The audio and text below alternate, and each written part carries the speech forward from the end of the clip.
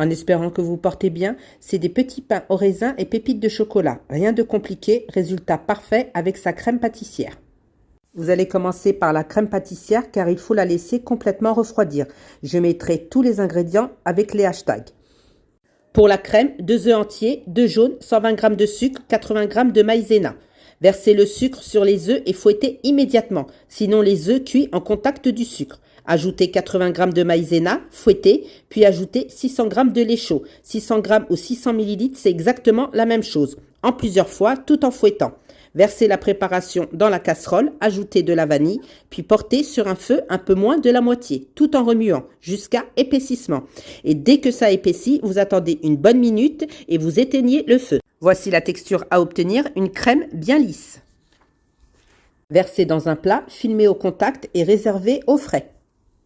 Pour la pâte, 200 g d'eau tiède, 200 g de lait tiède, 100 g d'huile, 2 grandes cuillères à soupe de sucre, une grande cuillère à soupe de levure boulangère, de la vanille et du sel et fouettez le tout. Je mettrai les ingrédients dans la barre des hashtags. Ajoutez la farine en plusieurs fois, j'ai utilisé 650 g et je le dis souvent, testez avec la main qui n'a pas ramassé la pâte.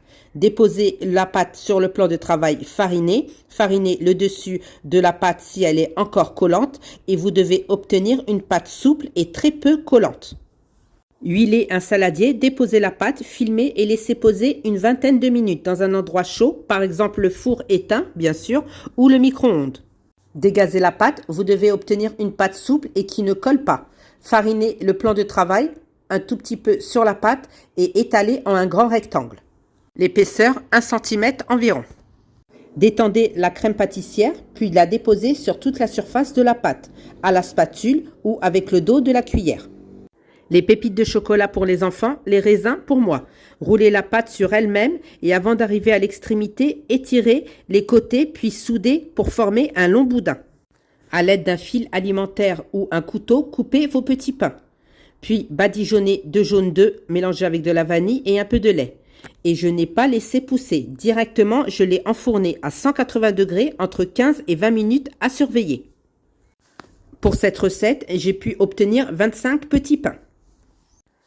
À la sortie du four, badigeonnez de nappage. Si vous n'en avez pas, vous mettez de la confiture d'abricot par exemple. C'est une excellente recette, rien de compliqué, facile et très peu de temps de pause. Le temps de pause, je l'ai fait avant le façonnage. Après le façonnage, je les ai mis directement au four. Donc il n'y a que entre 20 et 30 minutes de pause. Résultat très moelleux et son cœur fondant avec la crème pâtissière.